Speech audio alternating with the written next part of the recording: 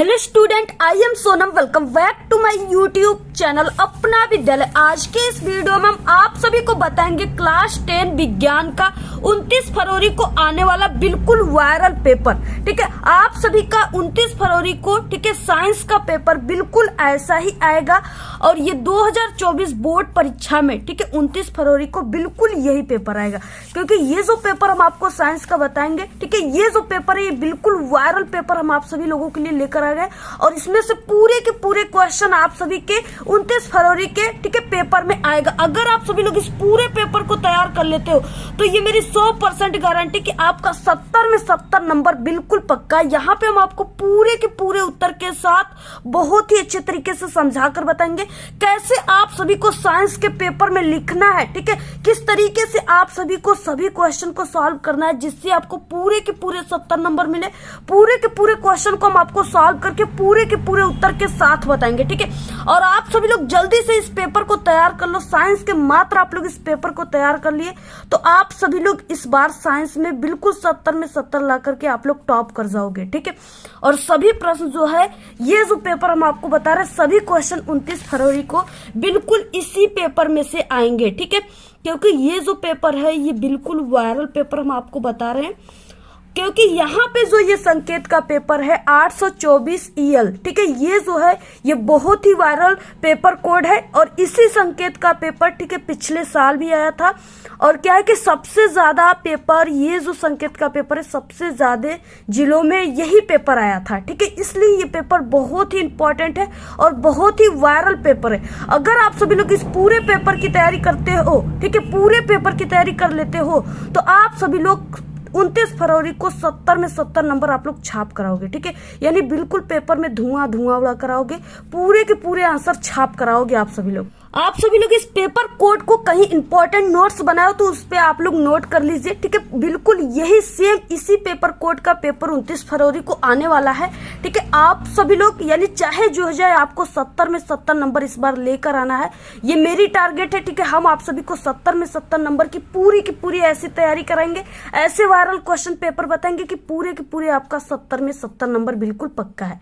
ठीक है, आपको इस बार क्या करना है, सभी सब्जेक्ट में आप सभी को 95% ला करके आप सभी को बिल्कुल ठीक है स्टेट रैंक में चले आना है, बिल्कुल टॉपर बन जाना है। और अगर ये सेम पेपर आप सभी के 29 फरवरी के ठीक है बोर्ड के पेपर में विज्ञान का पेपर आ गया तो आपको कुछ नहीं करना है, सिर्फ इसी वीडियो पे क्लिक करके आप सभी को कमेंट बॉक्स में थैंक यू जरूर कह देना है। ठीक है, सबसे पहले यहाँ पे आप सभी को अनुक्रमांक लिखना है, यहाँ पे आपको अपना नाम लिखना है। ठीक है, और ये है आपका 2024 क्लास 10 विज्ञान का पेपर है। ठीक है, और इसमें जो आपको समय मिलेगा वो 3 घंटे 15 मिनट का समय मिलेगा।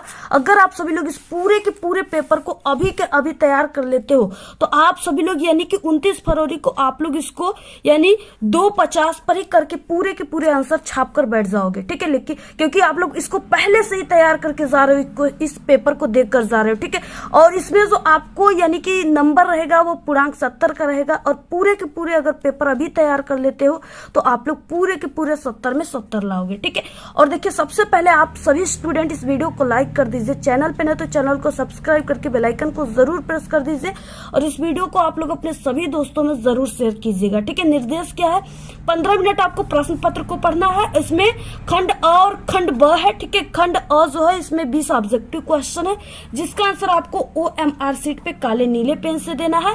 और उसके बाद ये जो साइंस होता है ये 3 पार्ट में बटे होते उपखंड में। ठीक है, यानी फिजिक्स केमिस्ट्री बायोलॉजी, इन तीनों से रिलेटेड इंपॉर्टेंट क्वेश्चन भी रहेंगे और ऑब्जेक्टिव क्वेश्चन भी रहेंगे। ठीक है, इस तरीके से यहाँ पे सभी चीजें हमने आपको बता दिया। इसके बाद क्या है, आप सभी को खंड अ है जिसमें बहुविकल्पी क्वेश्चन है। ठीक है, यहाँ पे क्या है उपखंड का यानी सबसे पहले फिजिक्स से रिलेटेड ऑब्जेक्टिव क्वेश्चन शुरू होते हैं। पहला क्वेश्चन क्या है, बहुत ही वेरी इंपॉर्टेंट है। ठीक है, क्योंकि ये पेपर ही बहुत ही वायरल पेपर है। इसमें जितने क्वेश्चन है बिल्कुल कंटिन्यू आपके बोर्ड एग्जाम में आने वाले हैं और बिल्कुल वायरल क्वेश्चन है, आपके पेपर में छपा रहेगा। पहला क्वेश्चन है, एक गोली दर्पण की फोकस दूरी f ठीक है और वक्रता त्रिज्या r में अभिष्ट संबंध है। ठीक है, क्या है यहाँ पे देखिए सबसे पहले आपको ध्यान से यानी समझना है कि क्या होता है F बराबर सूत्र होता है R/2। सबसे पहले आपको यहाँ पे इस तरीके से ऐसे लिखना है, ठीक है, यानी आपको ऐसे कॉपी पर लिखकर इसको समझना है। अब यहाँ पे क्या, यहाँ पे इस तरीके से आप लोग देख रहे हो कि कोई सूत्र तो ये होता है, ठीक है, यानी वो ये फोकस दूरी और वक्रता त्रिज्या संबंध का सूत्र ये होता है, लेकिन यहाँ पे कोई भी ऐसा सूत्र दिया है, ऐसा सूत्र इसमें नहीं दिया है, ठीक है। आपको क्या करना है, अब इस सूत्र को पक्षांतर करना है, ठीक है। यहाँ पे आप सभी को क्या करना है, जैसे हमें यहाँ पे क्या करना है, अगर हम यहाँ पे R बराबर निकालेंगे तो ये जो है ये क्या है, R के यहाँ बटे में है, ये भाग में है, और ये बराबर के जब इधर जाएगा तो ये किस में हो जाएगा, गुणे में हो जाएगा, ठीक है। तो ये इसको हम क्या लिख सकते हैं, यहाँ पे 2 × F, ठीक है। इस तरीके से क्या हो गया, वक्रता त्रिज्या R बराबर 2F हो जाएगा, यानी ऑप्शन नंबर यहाँ पे बी राइट हो जाएगा, ठीक है। इस तरीके से आपको करना है। जो भी क्वेश्चन बताएंगे बहुत ही समझा कर बताने वाले, ऐसा आपको वीडियो पूरे YouTube पर कहीं नहीं मिलेगा और न ही आपको ऐसा कोई समझाएगा, ठीक है। जो बिल्कुल साइंस में कुछ नहीं पढ़े, बिल्कुल जीरो स्टूडेंट है, बहुत ही कमजोर स्टूडेंट है ना, उनको भी 100% ये पेपर पूरा का पूरा समझ में आएगा, ठीक है, क्योंकि एक टॉपर स्टूडेंट आपको समझा रहे हैं, ठीक है। तो यहाँ पे क्या है, इस तरीके से दूसरा नंबर का क्वेश्चन, एक स्वस्थ मानव नेत्र के लिए स्पष्ट दृष्टि की न्यूनतम दूरी है, ठीक है, 0 होता है, अनंत होता है, 25 सेमी होता है या 25 मीटर होता है, तो वो 25 सेमी होता है, ऑप्शन सी राइट है।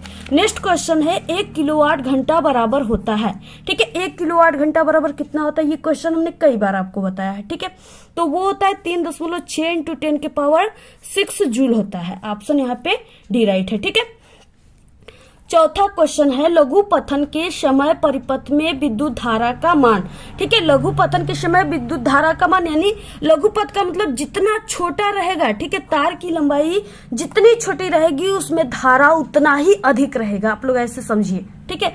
तो यहाँ पे क्या हो जाएगा, बहुत अधिक बढ़ जाता है, ऑप्शन ए राइट है।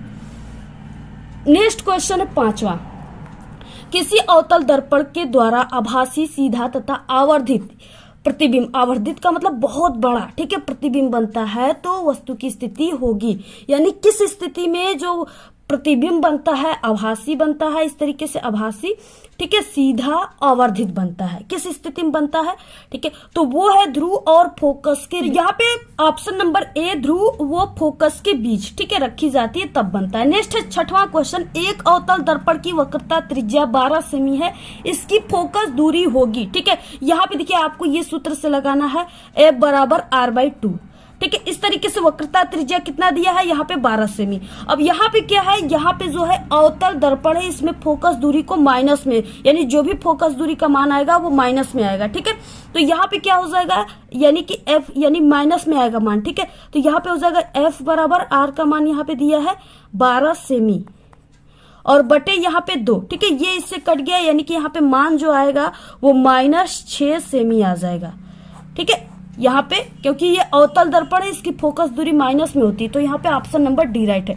आपको देखिए इसमें मिस्टेक नहीं करना है कि प्लस मार्कर चले आए, ठीक है, आपको ये समझना है कि माइनस में होता है, और अगर उत्तल दर्पण कहता है तब यहाँ पे प्लस में होता है। नेक्स्ट क्वेश्चन, सातवां, मानव नेत्र में रेटिना पर बनने वाला प्रतिबिंब होता है, यानी जब हम किसी को, यानी किसी वस्तु को देखते हैं या किसी भी, ठीक है, किसी को भी देखते हैं तो क्या होता है कि वो जो वस्तु है उसका प्रतिबिंब हमारे आंख पर उल्टा बनता है, ठीक है, लेकिन हमारी जो मस्तिष्क है उसको सीधा हमें दिखाई देते हुए प्रतीत करती है, यानी हमें सीधा वो दिखाता है, यानी जो भी हम चीजें देख रहे हैं, आप लोग हमारे वीडियो को देख रहे हैं, आप लोग यानी आपकी आंखों में हमारे वीडियो की प्रतिबिंब उल्टा बन रही है, ठीक है, लेकिन आपकी मस्तिष्क जो है इसको सीधा आप सभी को, यानी कि उसका अनुभव कर रही है, सीधा आप सभी को बना रही है, ठीक है, दिखा रही है। तो यहाँ पे क्या हो जाएगा, उल्टा होता है परंतु दिखाई सीधा देता है, ऑप्शन यहाँ पे बी राइट है। इसके बाद आ गया उपखंड ख। उपखंड ख का 8वां क्वेश्चन है, प्रोपेन का रासायनिक सूत्र है, इसको हमने कई बार समझा कर बताया हुआ है, ठीक है,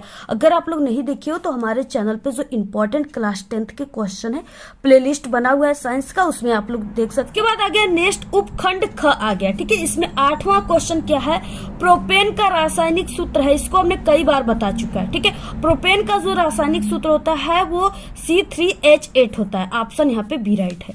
नेक्स्ट शुद्ध जल का pH मान है, ठीक है, 0 होता है, 1 होता है, 7 होता है या 14 होता है। देखिए शुद्ध जल जो होता है वो उदासीन होता है, ठीक है, उदासीन का जो pH मान होता है वो 7 होता है। ये question very very very very most important है, ठीक है, इसको रट लीजिए आप लोग, बिल्कुल ये जरूर आएगा आपके पेपर में।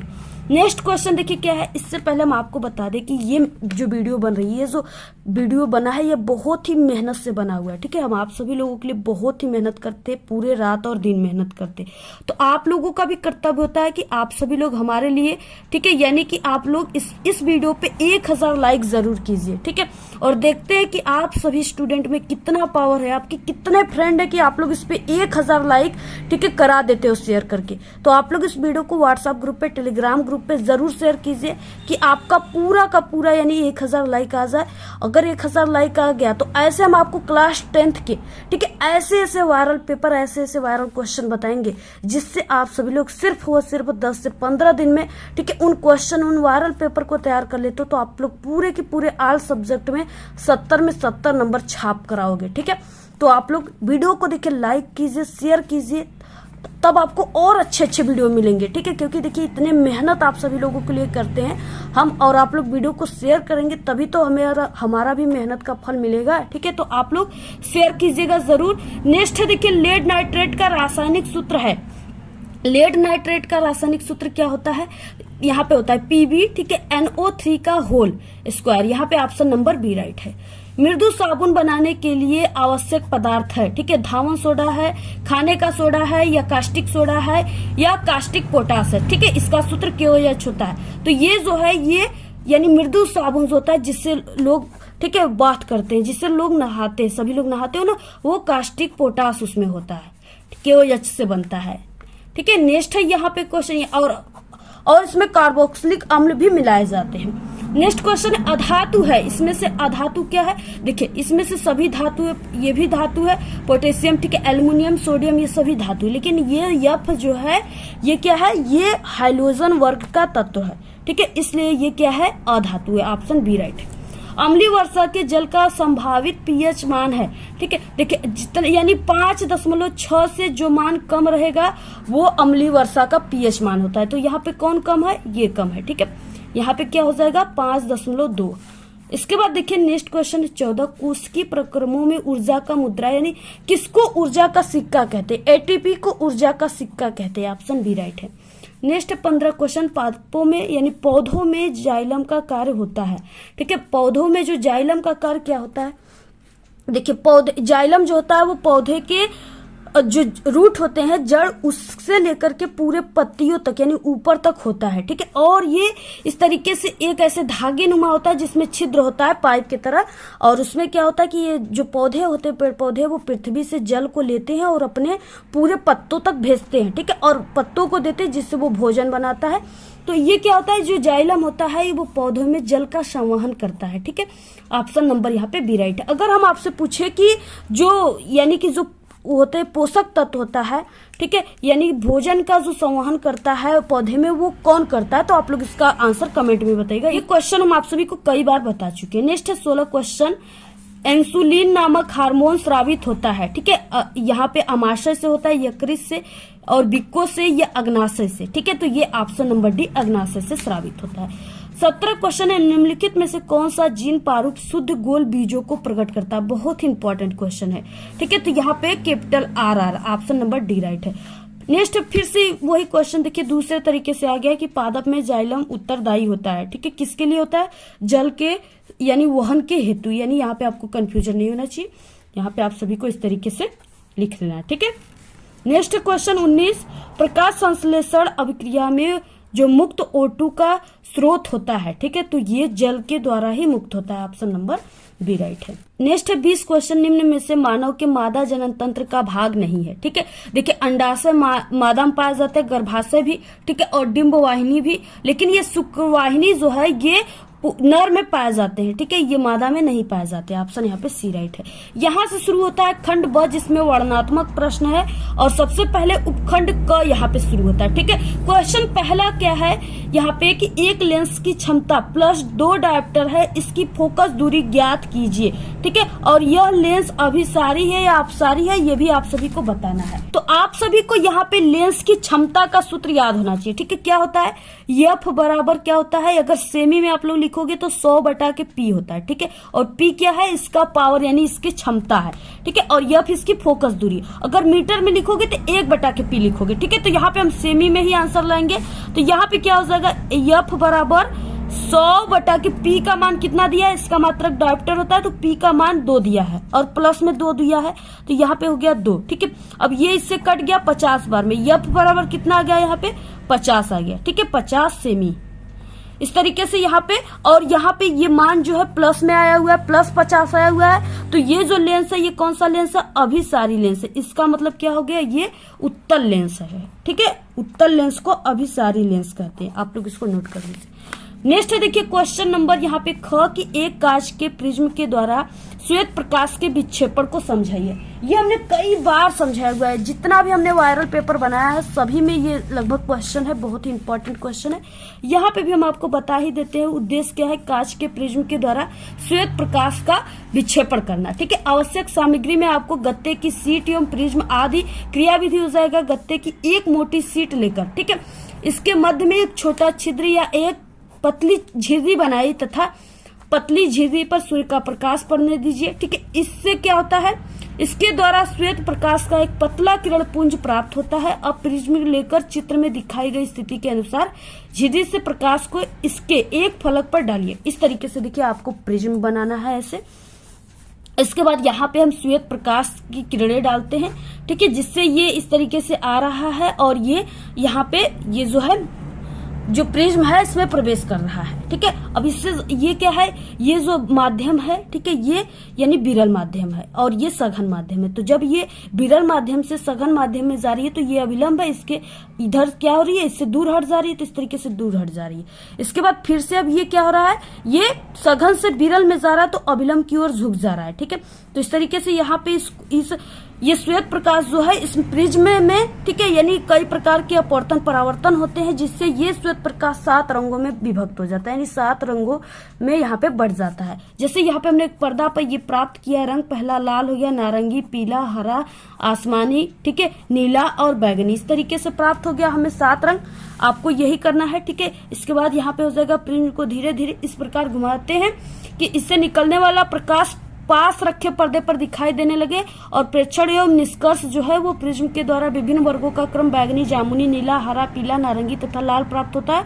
प्रकाश के अवयवी वर्गों के इस बैंड को क्या करते हैं, स्पेक्ट्रम कहते हैं, ठीक है, स्पेक्ट्रम कहते हैं। और प्रकाश के अपने अवयवी वर्गों में विभाजन होने की क्रिया को वर्ण विक्षेपण कहते हैं। तो इस तरीके से आपको तैयार कर लेना है, स्क्रीनशॉट ले लेना है, आपको ये डायग्राम, ठीक है, फिगर बनाकर इसको हल कर लेना है। नेक्स्ट है यहाँ पे क्वेश्चन दूसरा, एक उत्तल लेंस के द्वारा, यहाँ पे देखिए लेंस बोला है, ठीक है, दर्पण नहीं बोला है, इसको आपको ध्यान से समझना है। किसी वस्तु की प्रतिबिंब निर्माण के लिए किरण आरेख खींचिए। जब वस्तु अनंत पर हो, जब वस्तु अनंत पे हो तो क्या हो जाएगा, किरण आरेख, और लेंस के फोकस और प्रकाशिक केंद्र के मध्य होगा तब क्या हो जाएगा। बहुत ही अच्छे तरीके से यहाँ पे हम आपको किरण आरेख बताएंगे। अगर आप लोग किरण आरेख बिल्कुल भी नहीं जानते हो, आपको काफी कठिन लगता है ना, तो इस वीडियो को देखने के बाद आपको बिल्कुल सरल लगेगा, ठीक है। और आप सभी को देखिए इसको क्या करना है, यानी आपको इसको पेंसिल से बनाना है, ठीक है। हम यहाँ पे आपको पेन से ही बनाकर बता देते हैं जिससे आपको स्पष्ट यहाँ पे दिख सके। सबसे पहले कि ये उत्तल लेंस है। उत्तल लेंस कैसा होता है, इस तरीके से होता है, ठीक है, किनारों पर पतला और बीच में मोटा, किनारों पतला है और बीच में ये मोटा हो गया, ये क्या है, उत्तल लेंस है। इसके सबसे बीच यानी इसके बीचों बीच क्या होता है, मुख्य अक्ष होता है, ये मुख्य अक्ष हो गया। देखिए हमारे जो फोन है उसमें स्पेस बहुत ही कम है, ठीक है, इसलिए हम आपको बहुत ही शॉर्टकट में ही बताएंगे, लेकिन हाँ बहुत अच्छे तरीके से बताएंगे। आप लोग देखिए वीडियो को जरूर शेयर कीजिए, ठीक है। और देखिए यहाँ पे क्या है, जो यानी पहले की अनंत पे है, पहला क्या है क्वेश्चन में, अनंत पे है, अनंत पर हो, ठीक है, यानी पहला यहाँ पे हम अनंत के लिए निकाल रहे हैं। अनंत पर जब है तब यहाँ पे हम निकाल रहे हैं, ठीक है। यहाँ पे इनफाइनाइट यानी यहाँ से कोई प्रकाश की किरणें आ रही है जो मुख्य अक्ष के समानांतर आ रही है। यहाँ पे क्या है, ये मुख्य अक्ष इसी के बिल्कुल समांतर आ रही है, ऐसे इस तरीके से, ठीक है, आ रही है। यहाँ पे आपको ये चिन्ह जरूर दिखाना है। अब यहाँ पे क्या है, जब इस तरीके से ये पड़ता है इस पे, यानी यहाँ पे हम मान लेते हैं F1 फोकस है और इधर हम कहीं मानेंगे अभी F2 फोकस है। ठीक है, तो यहाँ पे जब ये पड़ता है, ये लेंस में जब प्रवेश करता है तो लेंस इसको क्या करता है, ये उत्तल लेंस है तो इसको मोड़ने का कार्य करता है। ठीक है, तो इस तरीके से ये यहाँ पे ये दोनों किरणें एक बिंदु पर ऐसे मिल जाती है। ठीक है, यहाँ पे दोनों किरणें मिल जाती है और इसी जगह वस्तु का प्रतिबिंब बनता है और ये F2 है। F2 पर यानी वस्तु का प्रतिबिंब बन गया। ठीक है, और ये जो प्रतिबिंब है ये बिंदु के आकार का बना हुआ है। कैसा? बिंदु के आकार का। ठीक है, आप लोग इसको नोट कर लीजिए, बिंदु के आकार का, और ये वास्तविक बना हुआ है। ठीक है, और बहुत ही छोटा है बिंदु के आकार का, तो ये पहला हो गया जब अनंत पे है। दूसरा पॉइंट क्या है? दूसरा पॉइंट में है कि लेंस के फोकस और प्रकाशिक केंद्र के मध्य जब वस्तु रखा है, फोकस वो प्रकाशिक केंद्र। ठीक है, आप लोग इसको अच्छे तरीके से लिख लीजिएगा, केंद्र पर जब है तब कैसे निकालना है। अब देखिए जैसे यहाँ पे क्या है, इस तरीके से ये बन गया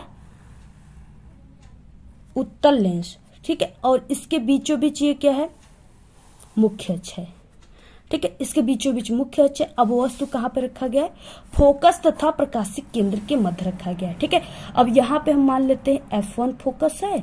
ठीक है, और यहाँ पे हम मान लेते हैं F2 फोकस है। ठीक है, और यहाँ इधर हम कहीं मानेंगे अभी, यानी 2F1 फोकस, और यहाँ पे इधर हम मान लेंगे 2F2 फोकस। ठीक है, तो इस तरीके से हो गया।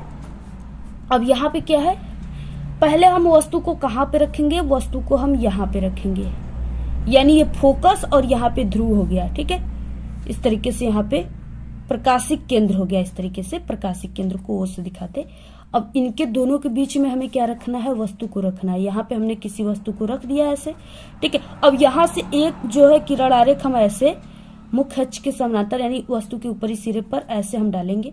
ठीक है, इस तरीके से जब हम ये डालते हैं किरण, तो ये क्या करता है, ये द्वितीय फोकस यानी ये जो फोकस है इससे होकर ये अपने मार्ग में ऐसे चला आता है।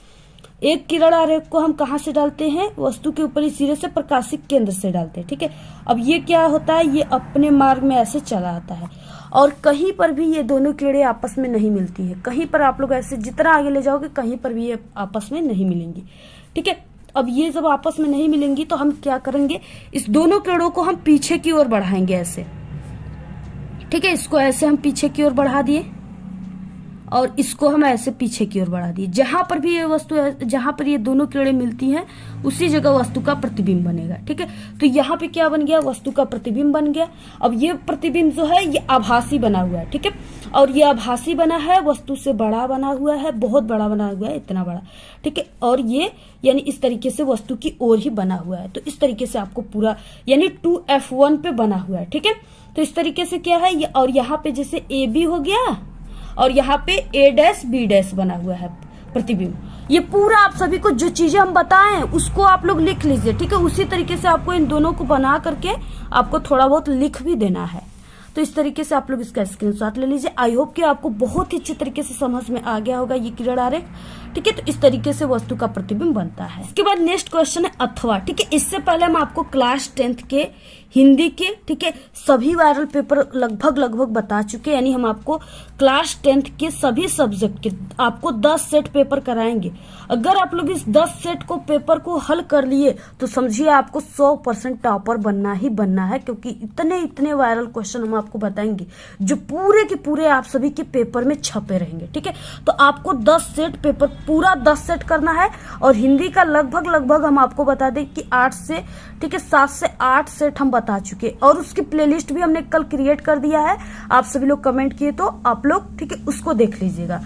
इसके बाद देखिए नेक्स्ट, अथवा की 5 सेमी लंबाई की एक वस्तु को 20 सेमी फोकस दूरी के एक उत्तल लेंस, सबसे पहले की उत्तल लेंस है यानी फोकस दूरी प्लस में रहेगी। ठीक है, केंद्र से 30 सेमी दूरी पर, यानी यहाँ पे U की मान दिया हुआ है। U का मान हमेशा किस में रखा जाता है? यहाँ पे ठीक है, यानी माइनस में दूरी रखा जाता है। तो प्रतिबिंब की स्थिति और आकार आपको ज्ञात करना है। वस्तु की यहाँ पे दिया हुआ है लंबाई। ठीक है, प्रतिबिंब की लंबाई आपको ज्ञात करना है। ये अथवा है, यानी आप लोग किरण आरेख बनाइए या आप लोग सवाल अच्छे तरीके से आता है तो आप लोग सवाल को हल कीजिए।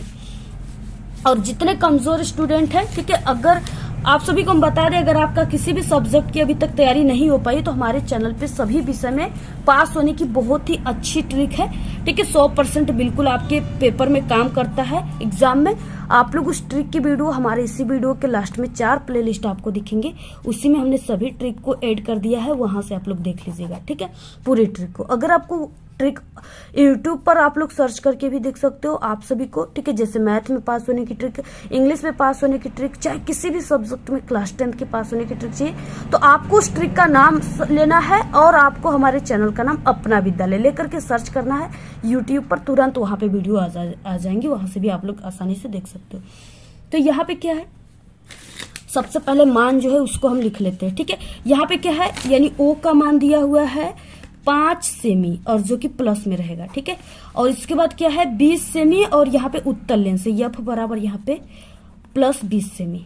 ठीक है, और यहाँ पे यू का मान जो है -30, भी बराबर क्वेश्चन मार्क, आई बराबर क्वेश्चन मार्क। देखिए सूत्र हो जाएगा एफ 1/के एफ बराबर, ठीक है, 1/के भी -1/u, ये लेंस का सूत्र होता है। ठीक है, अब इसी सूत्र पे हम रख करके यहाँ पे आंसर लाएंगे। 1/के देखिए एफ का मान जो है यहाँ पे 20 दिया हुआ है, 20 रख दीजिए, और बराबर 1/के भी का मान हमें ज्ञात करना है, और यहाँ पे -1/के जो यहाँ पे u का मान है वो -30 है। ठीक है, तो यहाँ पे -30 हो गया। अब ये माइनस से माइनस ये कट जाएगा। ठीक है, प्लस यहाँ पे हो जाएगा 1/के 20 बराबर 1/के भी, और यहाँ पे प्लस 1/के 30, इतना हो गया। ठीक है, अब यहाँ पे क्या है, हमें 1/के भी का मान निकालना है। ठीक है, तो यहाँ से क्या हो जाएगा, यानी आप सभी लोग इसको ऐसे लिख सकते हो, यानी आप सभी लोग इसको 1/के जो 30 है प्लस में आप लोग इसको बराबर के इधर ला सकते हो, तो ये माइनस में हो जाएगा। ठीक है, अब यहाँ पे या आप लोग 1/के भी बराबर इसको इधर कर दोगे बराबर के इधर, तो ये क्या हो जाएगा, माइनस में हो जाएगा। तो इस तरीके से ठीक है, आप सभी लोग इसको इधर करोगे तो ये माइनस में हो जाएगा, और इसको बराबर के इधर करोगे तो ये माइनस में हो जाएगा। तो यहाँ पे जैसे हम लिख देते हैं 1/के 20 और ये 1/के प्लस 30 इधर आ गया बराबर के इधर, तो ये -1/के 30 हो गया। ठीक है, बराबर 1/के भी, ऐसे हो गया। अब यहाँ पे देखिए क्या हो गया, इसका हम 60 ले लेते हैं एलसीएम। ठीक है, अब यहाँ पे 20 तिहाई क्या होता है, 60 होता है, और यहाँ पे माइनस और 3 दुना के यानी 30 दुना के यहाँ पे होता है 60। ठीक है, तो यहाँ पे क्या हो गया, 2 हो गया। ठीक है, अब यहाँ पे क्या हो गया, यानी बराबर 1/के भी। अब 1/के भी बराबर क्या हो जाएगा, यहाँ पे ये 3 है। ठीक है, -2, इसमें से यहाँ पे 2 चला गया, -2, 1 बचा, तो 1/के 60 आ गया यहाँ पे। ठीक है, और यहाँ पे हम भी बराबर लिख सकते हैं इसको 60 सेमी, इतना आ गया। ठीक है, अब यहाँ पे देखिए ये भी का मान आ गया। अभी हमें आवर्धन निकालना है। यम बराबर सूत्र होता है, यहाँ पे क्या सूत्र होता है, I/O/के, या I/O बराबर यहाँ पे V/U होता है। ठीक है, अब यहाँ पे क्या है, I का मान हमें नहीं दिया, ज्ञात करना है। O का मान यहाँ पे 5 दिया हुआ है, 5 यहाँ पे दिया हुआ है। ठीक है, 5, तो यहाँ पे 5 हो गया, और बराबर भी का मान जो अभी हमने निकाला है 60, और बटे यू का मान हम 30 रखेंगे इसमें -30, तो ये -30 हो गया। ठीक है, अब इससे ये कट गया, यानी कि यहाँ पे कितना आ गया, यहाँ पे -2 बचा है। ठीक है, I/के 5 बराबर -2। अब ये जो 5 है ये बराबर के, ये भाग में बराबर के इधर जाएगा तो गुणे में हो जाएगा, तो I बराबर क्या हो गया, -2 × 5। ठीक है, I बराबर कितना आंसर आ गया, -10 सीएम। ठीक है, -10 सेमी, इस तरीके से ये आंसर आ गया। ठीक है, पूरा ऐसे ही सॉल्व करना है, स्क्रीनशॉट ले लीजिए, आपको पूरा ऐसे ही सॉल्व करना है इस तरीके से। ठीक है, अब यहाँ पे माइनस का मतलब क्या हो गया, जो प्रतिबिंब बनेगा वो वास्तविक प्रतिबिंब बनेगा। ठीक है, इस तरीके से, और उल्टा बनेगा, तो आपको ये सॉल्व कर लेना है। नेक्स्ट तीसरा क्वेश्चन, एक चालक तार का प्रतिरोध 10 ओम है, यदि इस तार की लंबाई को दोगुना, ठीक है, दोगुना तथा अनुप्रस्थ काट के क्षेत्रफल को आधा यानी A/के 2, ठीक है, आधा कर दिया जाए तो तार का प्रतिरोध क्या होगा। इस तरीके से क्वेश्चन है, 4 नंबर का क्वेश्चन है। ठीक है, नंबर आप लोग देखते जाइए। देखिए अब यहाँ पे क्या हो जाएगा, तीसरा क्वेश्चन कैसे आपको सॉल्व करना है। यहाँ पे सूत्र हो जाएगा R बराबर, ठीक है, ρ L/के A, ये सूत्र होता है। ठीक है, जब दोगुना यानी यहाँ पे प्रतिरोध पूछेगा तो ये सूत्र आपको, और अनुप्रस्थ काट का क्षेत्रफल पूछेगा तो ये सूत्र आपको लगाना है। अब यहाँ पे क्या है, यहाँ पे यानी एक चालक का प्रतिरोध पहले, यानी चालक का प्रतिरोध पहले 10 ओम दे दिया है, ठीक है, पहला प्रतिरोध दे दिया है, तो आपको ये आर के जगह पे क्या रखना है, यहाँ पे 10 रखना है, ठीक है। 10 बराबर यहाँ पे रो एल बटे के ए, ये हो गया जैसे इक्वेशन फर्स्ट, यानी पहला हम ओम के लिए मान लिए, ठीक है, प्रतिरोध के लिए। अब इसके बाद देखिए नेक्स्ट के लिए हम क्या मानेंगे, यहाँ पे आर बराबर क्या हो जाएगा, रो, ठीक है, और यल क्या है, यल को कितना किया जा रहा है, लंबाई को दोगुना किया जा रहा है, ठीक है, यानी 2 इंटू एल, 2l हो गया, ठीक है। और यहाँ पे और क्षेत्रफल को क्या किया जा रहा है, जब लंबाई को दोगुना तो क्षेत्रफल को आधा किया जा रहा है, यानी a बटे के 2, ठीक है, इस तरीके से हो गया। अब यहाँ पे क्या है, इसको हम जब सॉल्व करेंगे तो यहाँ पे क्या हो गया, ये रो जो है ये अपनी जगह पर है, और यहाँ पे ये 2l हो गया, ठीक है, 2l हो गया, और ये क्या है, a है, और ये जो इसके a बटे के 2 है ये ऊपर चला जाएगा, ठीक है, यहाँ पे आ जाएगा, तो ये हो गया यहाँ पे, यानी इस तरीके से ये यहाँ पे 2 हो गया, तो ये 2 ये क्या हो गया, 4 हो गए, ठीक है, इस तरीके से ये 4 हो गए। अब यहाँ पे यानी इस तरीके से ये 4 हो, अब यहाँ से क्या हो गया, यानी r बराबर ये रो, ठीक है, और ये 4 हो गए, 4l बटे के a, यानी r बराबर ये रो, ठीक है, और ये 4 हो गए, 4l बटे के a। अब यहाँ पे देखिए ये रो l बटे के a, ये रो l बटे के a बराबर हम क्या लिखेंगे, यहाँ पे 10 लिखेंगे, ठीक है, तो यहाँ पे क्या हो गया, यानी कि इस तरीके से r बराबर, ठीक है, इसके बराबर हम क्या रख दिए 10, और इंटू यहाँ पे 4 है तो 4 हो गया, ठीक है। अब यहाँ पे 4 यानी 10 का 4 में करेंगे तो ये 40 हो जाएगा, r बराबर यहाँ पे 40 ओम आंसर आ गया, ठीक है, ये पूरा आंसर है। आप लोग ऐसे ही इसको सॉल्व कीजिएगा, स्क्रीनशॉट ले लीजिए आप लोग। नेक्स्ट क्वेश्चन चौथा, विद्युत शक्ति से क्या तात्पर्य है और इसका सूत्र, ठीक है, आपको सूत्र लिखना है, मात्रक लिखना है, और इस तरीके से यहाँ पे दिए हुए 3 पॉइंट, जिसमें इस तरीके से दिया है कि विभवांतर भी तथा धारा आई में विद्युत शक्ति से क्या संबंध है, यानी पूरे में आपको संबंध भी लिखना है, सूत्र भी लिखना है, ठीक है। सबसे पहले कि किसी विद्युत परिपथ में ऊर्जा व्यय की दर को विद्युत शक्ति कहते हैं, ठीक है, सबसे पहले आपको ये लिखना है, और उसके बाद देखिए इसका आपको सूत्र लिखना है, ठीक है। यहाँ पे P बराबर होता है W बटे के T, यानी ऊर्जा व्यय, ये W क्या है, ऊर्जा व्यय है, और यानी काम किया जाएगा, कार्य करने की दर को ऊर्जा की व्यय कहते हैं, यानी कार्य किया जाएगा तो ऊर्जा व्यय होगी, ठीक है।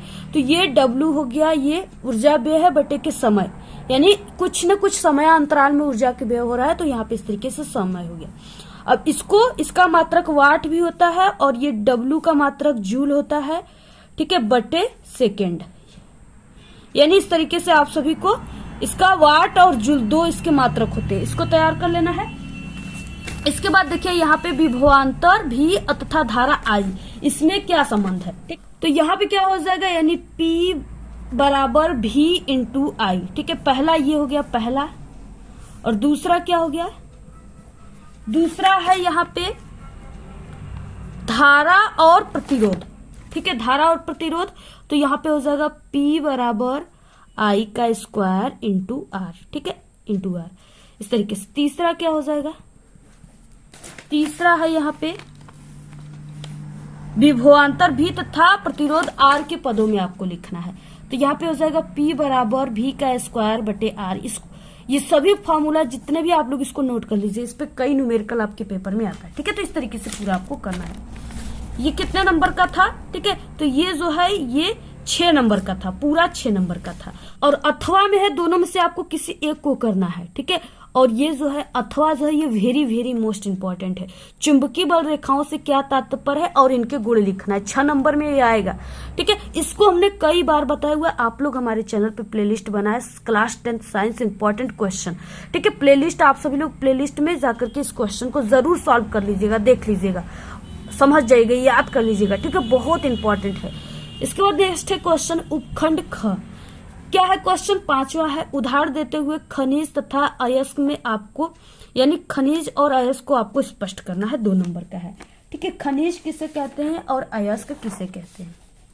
देखिए, खनिज पृथ्वी के भू प्रपट्टी में प्राकृतिक रूप से पाया जाने वाला तत्व या यौगिकों को खनिज कहते हैं। ठीक है, और अयस्क किसे कहते हैं? अयस्क वे खनिज अयस्क कहलाते हैं जिसमें कोई विशेष धातु अधिक मात्रा में होती है, और कुछ स्थानों पर खनिजों में कोई विशेष धातु अधिक मात्रा में होती है जिसे निकालना लाभकारी होता है, और इन खनिजों को अयस्क कहते हैं। ठीक है, यानी जैसे देखिए, अगर पृथ्वी से खोद करके सोना निकाला जाता है तो सोने में, यानी सोने का मात्रा उसमें जैसे 100% में से सोने का मात्रा सिर्फ उसमें 25% रहेगा। ठीक है, बाकी उसमें जो अशुद्धियां रहेंगी वो 75% रहेंगी। तो ये जब इतना मात्रा रहता है तो वो खनिज होता है। ठीक है, यानी सीधे पृथ्वी में से निकाला हुआ है। अब इसके बाद उसका सांद्रण किया जाता है कई विधियों से। अब उसमें क्या होता है, अब उसमें 100% में से जब उसका अयस्क का सांद्रण कर दिया जाता है, ठीक है, जब यानी अयस्क वो बन जाता है, तब उसमें क्या होता है कि 25% यानी पूरा 75% क्या हो जाता है, सोना रहता है, और उसमें 25% सिर्फ अशुद्धियां बची होती है।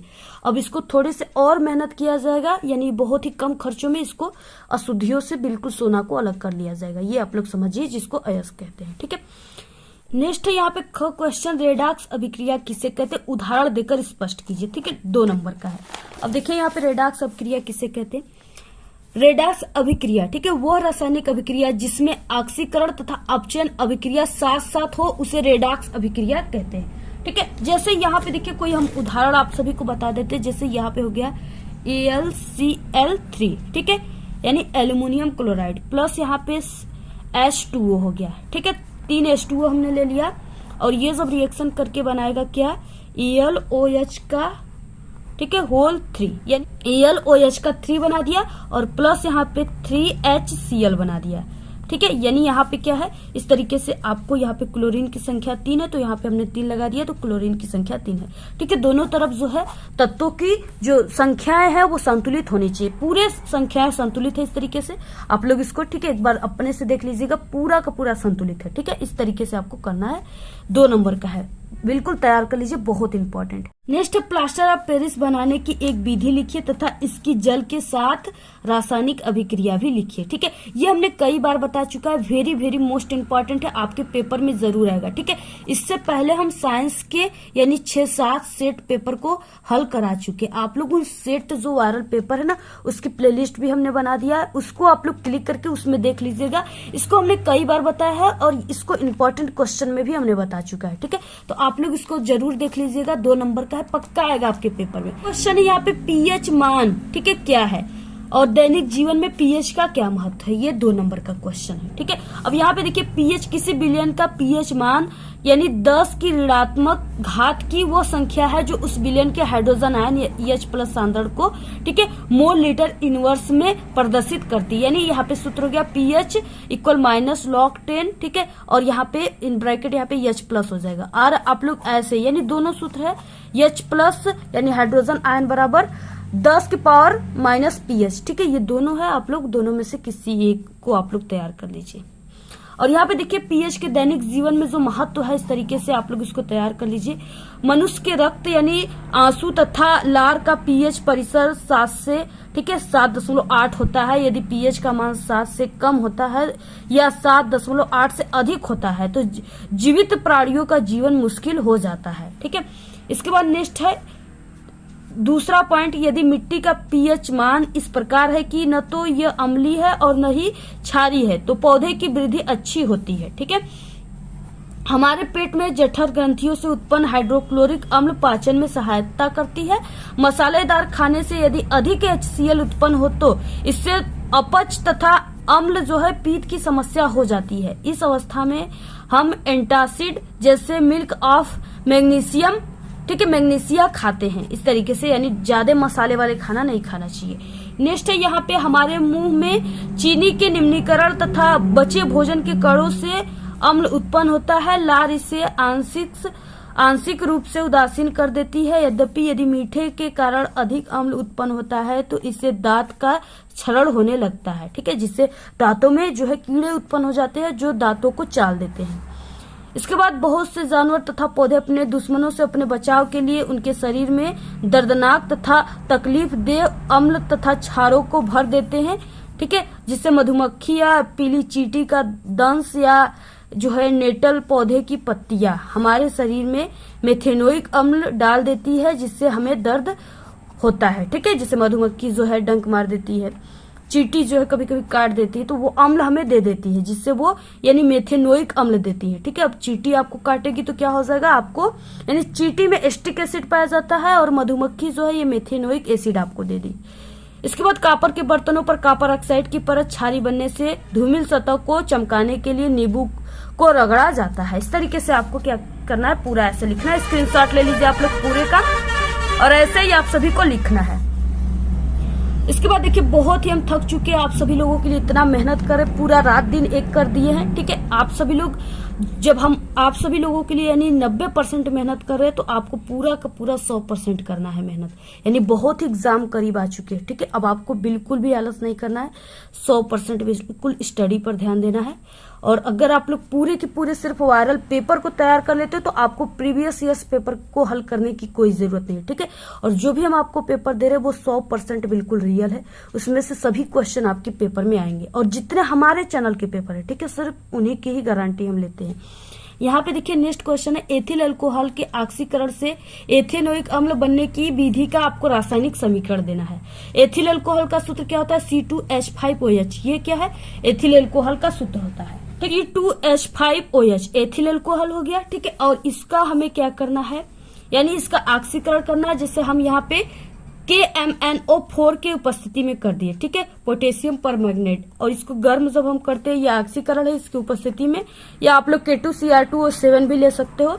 ठीक है, और यहाँ पे ये क्या बना देगा, यहाँ पे CH3COOH, यहाँ पे एथेनोइक अम्ल बनाना है। ठीक है, तो यहाँ पे CH3COOH प्राप्त हो गया। ठीक, तो इस तरीके से आप सभी को ये रिएक्शन करना है। इसके बाद नेक्स्ट क्वेश्चन है इसमें दूसरा, यानी यहाँ पे ये 3 नंबर का क्वेश्चन है। 3 नंबर का ये है, एल्कोहल तथा कार्बोक्सिलिक अम्ल में अंतर बताइए। एल्कोहल और कार्बोक्सिलिक अम्ल में क्या अंतर होता है। ठीक है, तो देखिए एल्कोहल जो होता है वो जो है लिटमस पत्र पर कोई प्रभाव नहीं पड़ता है। ठीक है, जब एल्कोहल आप लोग लिटमस पेपर पे डालोगे तो उसमें उसका रंग नहीं बदलेगा, जैसा वैसा रहेगा।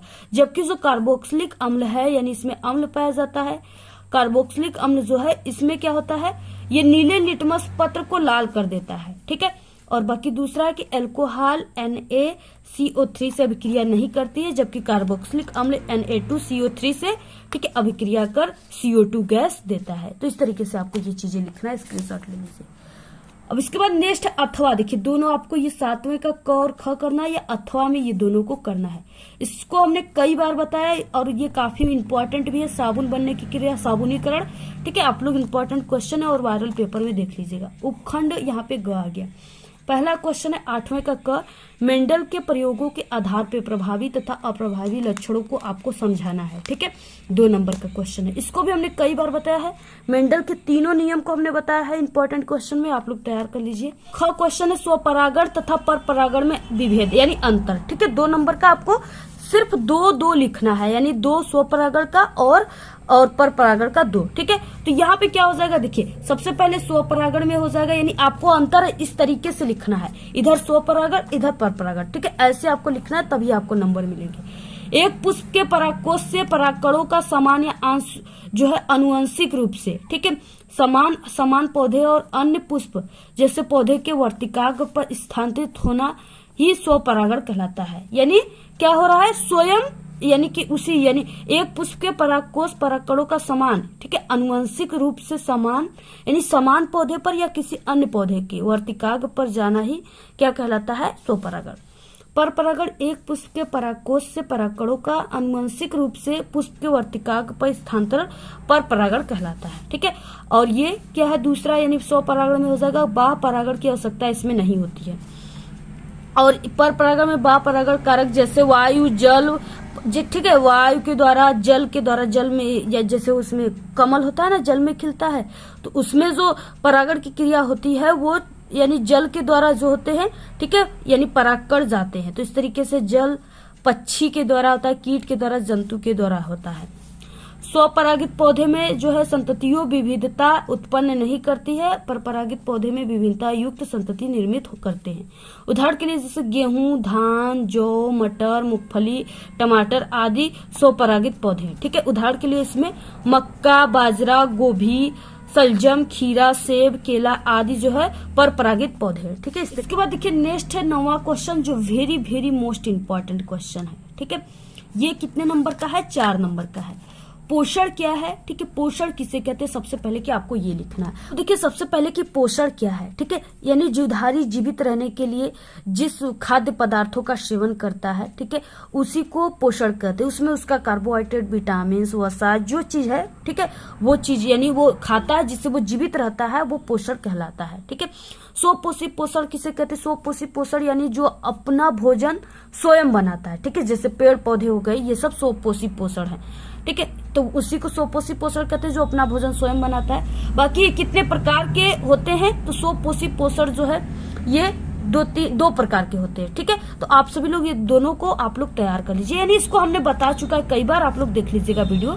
इसके बाद नेक्स्ट 10वां क्वेश्चन, श्वास एवं श्वसन में अंतर।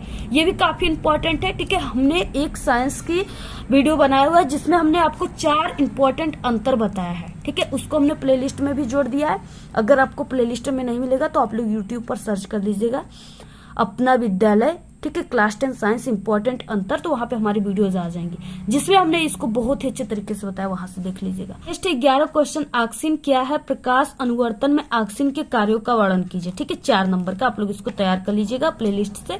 नेक्स्ट है ख क्वेश्चन, लिंग गुणसूत्र किसे कहते हैं? मानव में लिंग निर्धारण की प्रक्रिया को समझे। 6 नंबर का क्वेश्चन है। ठीक है, अथवा में है यहाँ पे नर जनन तंत्र का, आप सभी को यानी मानव नर जनन तंत्र का। ठीक है, आपको सचित्र वर्णन करना है, यानी चित्र आप सभी को बना करके इसका वर्णन करना है। अगर आप लोग कमेंट करोगे तो हम आपको सभी इंपॉर्टेंट चित्र को काफी अच्छे तरीके से बना करके उसके बारे में, ठीक है, लिख करके समझा देंगे। आप लोग कमेंट करके बताइएगा। बाकी लिंग गुणसूत्र किसे कहते हैं? यानी दोनों अथवा है, दोनों में से आप लोग लिखना चाहते हो तो लिखिए। ठीक है, अगर आप लोग लिखना नहीं चाहते हो तो आप लोग यहाँ पे चित्र बना सकते हो। ये सबसे पहले कि लिंग गुणसूत्र किसे कहते हैं? ठीक है, मनुष्य में 46 गुणसूत्र पाए जाते हैं, जिनमें से 22 जोड़े नर और मादा में समान होते हैं। ठीक है, और इन गुणसूत्रों को कायिक गुणसूत्र या ऑटोसोम कहते हैं। स्त्री में 23वां जोड़ा जो है वो समयुग्मी यानी XX गुणसूत्र वाला होता है, तथा पुरुषों में 23वां जोड़ा जो है विषम युग्मी XY गुणसूत्र वाला होता है, जिन्हें लिंग गुणसूत्र या, ठीक है, हेट्रोसोम्स या एलोसोम्स भी कहते हैं या ऑटोसोम भी कहते हैं। इन्हें XY से प्रदर्शित करते हैं। ठीक है, इसके बाद देखिए मानव में लिंग निर्धारण की प्रक्रिया क्या है? मानव में लैंगिक जनन होता है। ठीक है, लैंगिक जनन में नर के जननांगों में अर्धसूत्री विभाजन से शुक्राणु बनते हैं। प्रत्येक शुक्राणु को ऑटोसोम का एक गुणसूत्र और हेट्रोसोम के XY कोई एक गुणसूत्र प्राप्त होता है। इसके विपरीत स्त्रियों के 23वें, ठीक है, 23वें गुणसूत्र भी समान होते हैं, अर्थात प्रत्येक अंडाणु को 22+X, ठीक है, गुणसूत्र ही प्राप्त होता है। जब नर का 22+X गुणसूत्र वाला शुक्राणु मादा के 22+X गुणसूत्र वाले अंडाणु को निषेचित करता है तो मादा शिशु लड़की बनती है, यानी तब लड़की का जन्म होता है। ठीक है, और जब नर का 22+Y गुणसूत्र वाला शुक्राणु मादा के 22+X गुणसूत्र वाले अंडाणु को निषेचित करता है तब जाकर के शिशु लड़का बनता है, यानी लड़के का जन्म होता है। ठीक है, जैसे यहाँ पे देखिए, यहाँ पे क्या ले लिए हम, यहाँ पे नर और यहाँ पे ये हो गया मादा। ठीक है, यहाँ पे नर और मादा हो गया। अब यहाँ पे क्या हो गया, इस तरीके से नर का जो है वो XY होता है और मादा का XX होता है। इसको हम ऐसे यहाँ पे लिख देते हैं X और Y। ठीक है, इसका ऐसे लिख देते हैं XX। ठीक है, अब यहाँ पे क्या हो गया, इस तरीके से आपको ऐसे लिखना है, ये हो गए XX, ये दोनों मिलकर के XX हो गए। बाकी ये यहाँ पे XY हो गया। ठीक है, फिर से यहाँ पे हो गया इस तरीके से XX और फिर से यहाँ पे हो गया ये X और Y। ठीक है, इस तरीके से ये XX जो है ये लड़की, अगर जैसे XX हो गया तो ये लड़की का जन्म हो गया। ठीक है, XY हो गया तो ये लड़के का जन्म हो गया। तो इस तरीके से ये लड़की का, ये लड़के का। ठीक है, ये आप सभी को क्रॉस भी कर लेना है। इस तरीके से आप लोग क्लास 10th साइंस के, ठीक है, इस पूरे के पूरे पेपर को आप लोग तैयार कर लीजिए। पूरे के पूरे क्वेश्चन इसी पेपर से आएंगे। ठीक है, और आप सभी को जितने क्वेश्चन का आंसर यहाँ पे हमने नहीं बताया, आपको उसको प्लेलिस्ट में देख लेना है, या आपको प्लेलिस्ट हम बना चुके हैं वायरल पेपर 10 सेट का, उसमें भी आप लोग देख सकते हो। ठीक है, आप लोग इसको तैयार कर लीजिए और आप सभी लोग देखिए 10 सेट को तैयार कीजिए। ठीक है, अगर 10 सेट को तैयार कर लिए तो आप लोग पूरे के पूरे साइंस में 70 नंबर लाओगे। तो आप लोग 10 सेट पेपर क्लास 10th के ऑल सब्जेक्ट का हम करा रहे हैं। ठीक है, ये टारगेट हमने किया है। आप सभी को भी प्रॉमिस करना है कि 10 सेट पेपर पूरे सॉल्व करना है। ठीक है, आप लोग पूरे को तैयार कर लीजिए जरूर। और अगर आप सभी लोग इसको तैयार कर लिए तो साइंस में आप लोग पूरे क्वेश्चन करके आओगे 29 फरवरी को, ये मेरी 100% गारंटी है। ठीक है, और आप सभी लोग देखिए वीडियो को जरूर शेयर कीजिए अपने सभी दोस्तों में। और अगर आप सभी को इसका PDF चाहिए तो हमारे टेलीग्राम चैनल को ज्वाइन कीजिए, उसका लिंक आपको इस वीडियो के डिस्क्रिप्शन में मिल जाएगा। ठीक है, और आप लोग शेयर कीजिए और अच्छी प्यारी कमेंट कीजिए। और आपको जिस टॉपिक पे वीडियो चाहिए आप लोग कमेंट करके बताइए, हम आपको तुरंत वीडियो प्रोवाइड करा देंगे। आज के इस वीडियो में सिर्फ इतना ही। आपको ये वीडियो कैसा लगा? अगर वीडियो पसंद आए तो एक बड़ा सा लाइक कर दे, चैनल पे नए तो सब्सक्राइब करके बेल आइकन को जरूर प्रेस कर दे। Thanks, all the very best, bye bye.